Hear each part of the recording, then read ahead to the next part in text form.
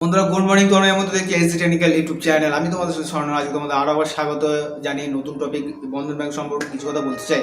বন্ধুরা, বন্ধন ব্যাংকের রিক্রুটমেন্টের নতুন বিজ্ঞপ্তি বেরিয়ে গেছে। তোমরা চাইলে করে নিতে পারো অনলাইন এবং অফলাইনের মাধ্যমে আবেদন। তার জন্য দুটো পদ্ধতি আমাদের করে দেওয়া আছে, কীভাবে অনলাইনে এবং কীভাবে অফলাইনে আবেদন করবে তার বিস্তারিত ভিডিও আমি ডিসক্রিপশন বক্সে দিয়ে দেবো। তবে এই মুহূর্তে তোমাদের সামনে কিছু কথা বলছি যেগুলো তোমরা মন দিয়ে শোনো, তাহলে বুঝতে পারবে। যারা আমার ভিডিও অন্যান্য বন্ধন ব্যাংকের ভিডিওগুলো দেখে আমাদের কমেন্টস করে যে দাদা আপনার ধারণাটা ভুল, যে আপনি যে বলছেন উচ্চ মাধ্যমিক পাশে যে রিক্রুটমেন্ট হয়, এটা কিন্তু হয় না। কারণ গ্র্যাজুয়েট পাস ছাড়া চাকরি হয় না। যারা আমাদেরকে নিচে সবসময় কমেন্টস করে জানান তাদেরকে বলবো আপনার ধারণাটা ভুল। কারণ আমি যতদিন যা বলে এসেছি সেটা কিন্তু কোনোদিন ফেক হয়নি। কারণ আমরা যা বলি বন্ধন ব্যাংকের রিক্রুটমেন্টের উচ্চ মাধ্যমিক পাশে কিন্তু রিক্রুটমেন্ট হয়, তার কিছু এক্সাম্পল দিই। কেন কিছু বন্ধুরা আমাদেরকে কমেন্টস করে, যারা একদম আমাকে হোয়াটসঅ্যাপে মেসেজ করেছে দাদা আমি তো গ্র্যাজুয়েট পাস, আমি কিন্তু কল লেটার পাইনি। কিন্তু আবার একটা বন্ধু যে উচ্চ মাধ্যমিক পাস হওয়ার সত্ত্বেও সে কল লেটার পেয়েছে, সে জয়েনিংয়ের ডেটও পেয়েছে। এরকম অনেক বন্ধু কিন্তু আমার কমেন্টস করে জানায়। তোমরা চাইলে তারা একটা কমেন্টসের লিঙ্ক আমি দিয়ে দেবো পরবর্তীকালে। তো এখন তোমাদেরকে যেটা বলছি যে বন্ধন ব্যাংকের রিক্রুটমেন্টটা হয় দুভাগে, এক অফলাইন এবং অফলাইন, দুটোভাবেই তোমরা আবেদন করতে পারবো। তবে অনলাইনে আবেদন করলে তোমরা তার স্কোপটা কম পাবে, তোমাদের রিক্রুটমেন্ট হতেও পারে 90% নাও হতে পারে, 10% নির্ভর করবে। আর অফলাইনের মাধ্যমে আবেদন করলে কী হবে না, তোমাদের রিজিউমটা ডাইরেক্টলি অফিসিয়ালভাবে কোনো অফিসারের হাতে জমা করবে এবং তার মাধ্যমে তুমি রিক্রুটমেন্ট হওয়ার চান্সটা বেশি পাবে।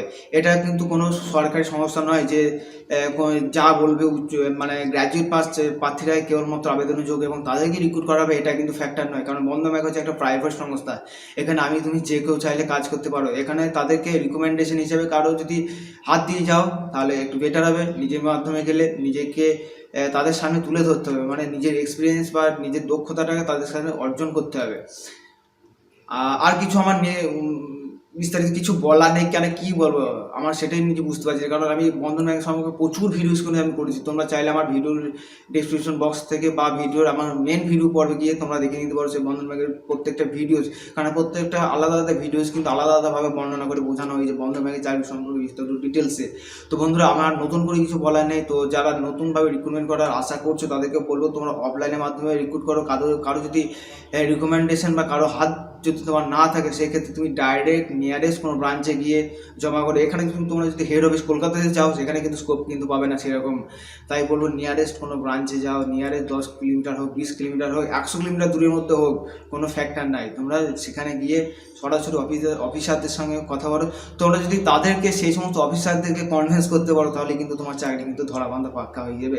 সে তুমি মাধ্যমিক পাস করো বা উচ্চ মাধ্যমিক করো বা গ্র্যাজুয়েট করো। তাই কে কী বললো সেগুলোর দিকে মাথা না ঘামিয়ে নিচে উল্টোপাল্টা কমেন্টস না করে আমি যেটা বলছি সেটা তোমরা ফলো করো। কারণ অনেক বন্ধুরা আমাকে কমেন্টস করে জানায় যে দাদা উচ্চ মাধ্যমিক পাস করে আমরা চাকরি পেয়েছি। তো বন্ধুরা, আর কিছু নতুন করে কিছু বলার নয়। ধরো আমাদের চ্যানেলে যদি তোমরা নতুন ভিজিট করো, যদি আমাকে তোমরা নতুন আজকে দেখে থাকো তো আমাদের চ্যানেলকে অবশ্যই সাবস্ক্রাইব করো। কারণ আমাদের প্রত্যেক দিন বিভিন্ন চাকরি রিলেটেড খবর কিন্তু শেয়ার করি এবং পারলে একটা লাইক অবশ্যই করে দিই। কারণ তোমাদের একটা লাইক আমাদের নেক্সট ভিডিও করতে মোটিভেটেড করবে।